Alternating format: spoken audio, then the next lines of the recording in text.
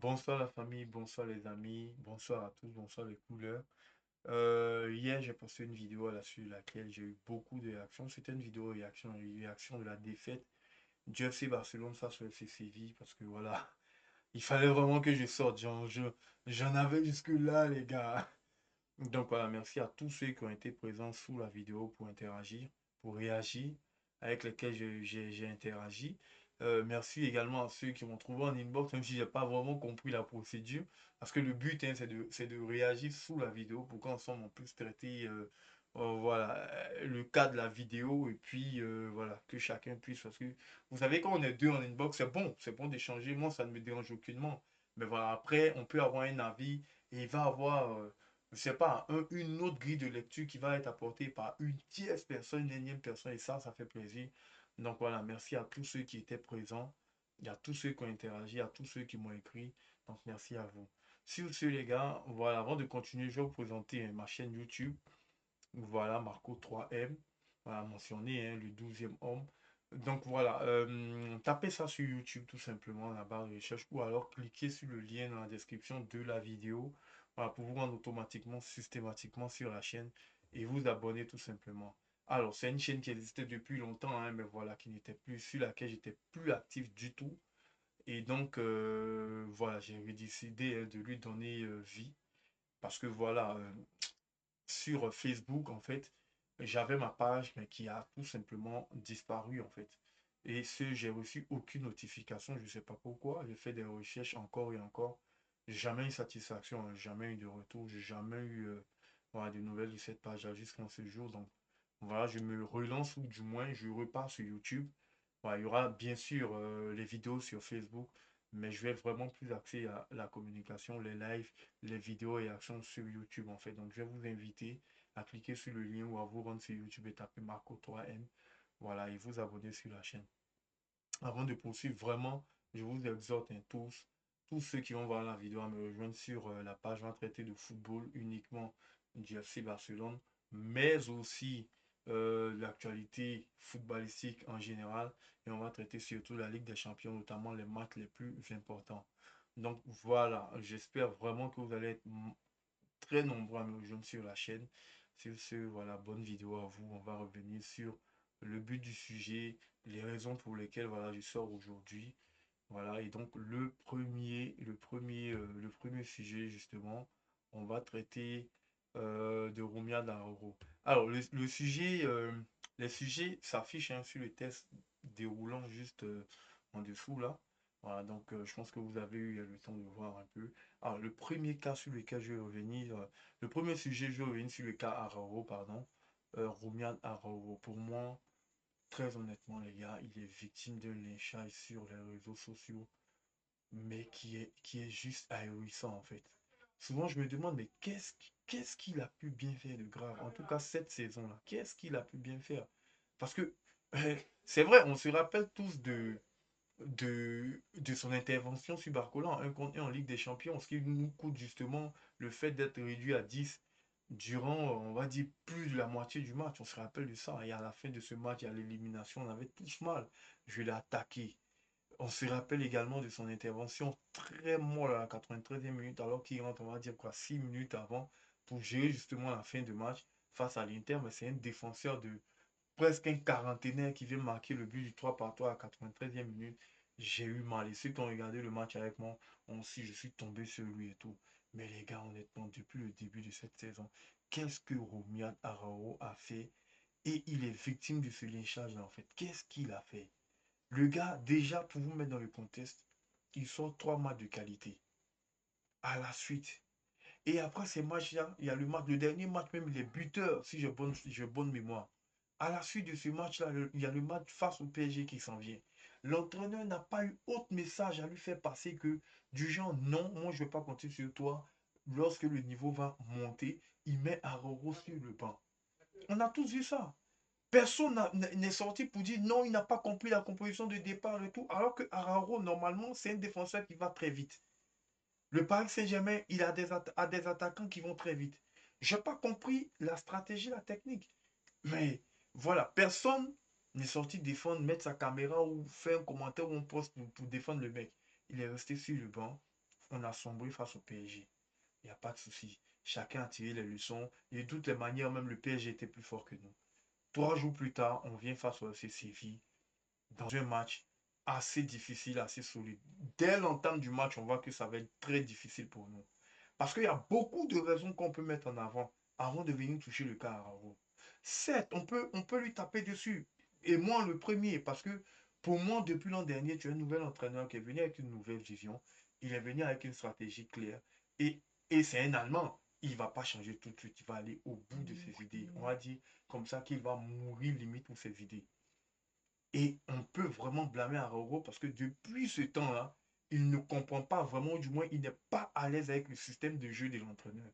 Ça, quand tu me dis ça, je me dis, ok, d'accord, il n'y a pas de souci, je comprends. Mais les gars, avant de taper sur Araujo, moi, je veux qu'on soit quand même reconnaissant. Il y a 3 ans en arrière, Araujo faisait partie de la meilleure défense d'Europe, en tout cas. En tout cas, l'une des meilleures défenses d'Europe. On se rappelle que le Barça a été la meilleure défense de la Liga, avec un Romian Araujo qui évoluait tantôt dans l'axe, tantôt sur le côté droit, en fonction de l'adversité. On se rappelle des classicos où il mangeait Vinicius et tout. Sur le côté droit, il allait en même temps apporter le surnom pour faire des centres. En avant, et on se rappelle de ça, des matchs exceptionnels. Il a géré la défense. C'était un patron. Les gars, souvenez-vous, pardon, qu'il y a 2 ans, Araro, en termes de valeur marchande, était le défenseur le plus cher, le plus fort, on va dire tout simplement, au monde. Voilà, il a fait une saison marquée par justement la faute sur Barcola et tout. Sa valeur marchande a commencé à dégringoler et nous n'avons rien fait pour arrêter ça, en fait. Aujourd'hui, c'est tout simplement quelqu'un qui non seulement est dans un système qui ne maîtrise pas, mais qui n'a pas en confiance. Et ça s'explique, en fait. C'est un jeune joueur, c'est pas un trentenaire, c'est un jeune joueur. Voilà, il a fait toutes ses classes au FC Barcelone, il a réussi les montées en équipe première. Donc c'est un joueur qui a des qualités, qui a clairement des qualités. Donc ça, qu'on le veuille ou non, il faut déjà qu'on le reconnaisse. Voilà, avant de lui taper dessus, mais vraiment, il faut qu'on le, on dise ce qui est. Moi, je me rappelle, parce que je ne fais pas partie, on va dire, de la génération TikTok. Des gars qui supportent le Barça, il y a, on va dire quoi, 4 5 ans. Non. Nous, on est là depuis longtemps. J'ai vu un défenseur qui avait moins de qualité que Araujo, mais qui est jusqu'à aujourd'hui l'une des figures même emblématiques, même des défenses, toutes générations confondues du FC Barcelone. Je vais parler de Carles Puyol. À un moment même, on l'appelait Capitaine Courage. On se rappelle de lui, il avait moins de qualité que Araujo. Il était juste dur sur l'homme. Et c'est quelqu'un qui avait la rage de vaincre, en fait. On a vu ça. Mais il a géré. Il a géré et il était constant. Pourquoi? Parce qu'il était dans un système dans lequel il évoluait à l'aise. Tout part de ça, le système. Juste après Puyol, qui a gagné des titres avec le Barça. Mais j'ai vu un Javier Mascherano qui n'était pas le plus intelligent sur un terrain de football, mais qui a réussi au Barça. Parce qu'il était dur sur l'homme, mais parce qu'il avait la rage de vaincre. Et j'ai vu qu'il avait moins de qualité qu'Arauro. Mais il a réussi au Barça. Au Barça, pardon, il était constant. Il a remporté des titres également, notamment la Ligue des Champions. Pareil pour Carles Puyol. On est remis à Arauro, un jeune joueur que nous-mêmes avons formé, qui a des qualités. Celui qui dit Arauro n'a pas de qualité, ça, vraiment, moi, je ne vais même pas rentrer dans ce débat. Il a des qualités, il va vite, il est puissant, il peut être agressif. Après, il faut juste canaliser, le mettre dans un système qui va avec. Même si il a été prolongé récemment, pardon, et même si pour moi, tu estimes qu'il n'a pas le niveau, on va dire, intellectuel, ou n'a pas la technique pour gérer le système de la défense haute, oui, même ça, on va en parler, on va rentrer dans les détails, vous allez comprendre que ce n'est pas sa faute. C'est pas, en tout cas, il n'est pas le premier, il est loin d'être le premier responsable de ces histoires de ces dernières heures. Il est loin d'être le premier responsable. On va rentrer dans les détails, j'en viens. Mais quand même, le gars, il a des qualités. Tu le fais jouer alors dans un système qu'il maîtrise. Ou alors en fin de match pour gérer, quand peut-être tu peux. Voilà, mais taper sur lui, le détruire, l'insulter, il vaut, il est nul, il fait. Les gars, allons doucement, s'il vous plaît. Le gars même arrivé à un niveau même où, quand il fait un post, il désactive les commentaires. Mais arrêtez. Qu'est-ce qu'il a fait de mal, en tout cas cette saison-là? À part nous sortir de bons matchs et l'entraîneur le met sur le banc, qu'est-ce qu'il a fait? Alors, on va revenir dans le match face au FC Séville. C'est une humiliation, hein. Voilà, je ne suis pas en train de dire qu'il est blanc comme neige. Non, non du tout. Parce que souvent, il a des réactions, des interactions, des positionnements et tout douteux. Je suis le premier même à être énervé. Mais moi, ce que je veux, c'est qu'on ne tue pas le joueur. Alors, concernant le système de jeu, on joue avec une défense très haute. La ligne qui doit s'aligner à partir de la médiane et tout. Bon, on reprend les mêmes, comme on dit, et on recommence. Sauf que l'un des acteurs majeurs de cette ligne haute-là, c'est Inigo Martinez, un défenseur central gaucher qu'on n'a plus. On n'a plus ce profil-là cette saison. Ça, c'est un premier point. Le deuxième point, on part l'année dernière avec un gros volume, une grosse dépense d'énergie qui est mise dans le pressing, la récupération de ballons très haute. Et ça commençait par les attaquants. Et celui qui la figure même qui représentait ça, c'était Rafinha. Rafinha est blessé dernièrement. Derrière lui, tu as un attaquant qui est Robert Lewandowski qui a pris une année en plus sur son âge. Déjà, lui-même, l'année passée, c'était pas. Il a fait une demi-saison. Mais cette année, il a pris un an en plus. Et depuis, on a l'impression qu'il n'a pas encore commencé sa saison. Le pressing n'existe quasiment pas chez lui. Le gars est tellement vieux qu'il n'a même plus de lucidité pour assurer un penalty à la 90e minute. Il n'avait plus de lucidité, il était cuit physiquement. C'est à ce gars-là, vous voulez qu'il mette la pression. Tu as un Ferran Torres qui l'année passée se battait pour avoir une place de titulaire, en tout cas des minutes de jeu. Quand il rentre sur un terrain, il courait partout, même si ce n'est pas le plus technique, au moins il gênait les défenseurs. Mais aujourd'hui, là, c'est des gars que la communauté a fait passer pour des attaquants, je ne sais pas. J'ai vu même des vidéos où on disait non, on ne va pas le vendre, il est bon. Si ce n'est pas 100 millions ou 90 millions, ne le vend pas. Bon, chacun a son avis. En tout cas, c'est un joueur qui aujourd'hui fait partie de l'effectif du FC Barcelone, donc je suis obligé de défendre. Mais aujourd'hui, la force est de constater que le gars ne fait plus le travail de pressing. Tu as l'autre, Marcus Rashford, qui est arrivé. Certes, il se cherche, il court un peu partout et tout, mais dans le pressing, c'est pas ça. Il fait ce qu'il peut, mais il n'y a pas de suivi. L'année dernière, c'était ça la force du FC Barcelone. Aujourd'hui, ça n'existe plus. Donc voilà. On ne peut pas aujourd'hui venir et puis taper sur un individu parce qu'on a un système même de jeu qui est défaillant. C'est le système de jeu même qui est défaillant. L'année dernière, on ratissait beaucoup de ballons. L'année dernière, on ratissait beaucoup de ballons. Aujourd'hui, ce n'est plus le cas. Voilà, donc il y a beaucoup à dire. Avant de parler de Araujo qui a du mal sur la ligne défensive. Voilà, parce qu'on a une défense qui est constamment exposée. L'année dernière, le peu de ballons que les adversaires avaient, mais ils devaient le négocier déjà dans un espace réduit, sous une pression intense. Du coup, ils devaient lancer automatiquement les attaquants qui étaient mais en enjeu ou qui appelaient un poil trop vite. Mais aujourd'hui, on a des milieux en face qui ont le temps de réfléchir, de lancer des joueurs depuis leur centre, ou des gens qui vont faire des grands ponts de plus de 20 mètres. Vous partez de loin, vous venez dépasser des joueurs. Aujourd'hui, ce sont les réalités. Mais depuis 2 matchs, là, c'est les buts qu'on prend, là, mais ce sont des replays, en fait. C'est les mêmes buts qu'on encaisse, mais sous différentes variantes. Mais vous n'avez pas eu cette impression-là. Parce que les gens, aujourd'hui, ont compris le principe, en fait.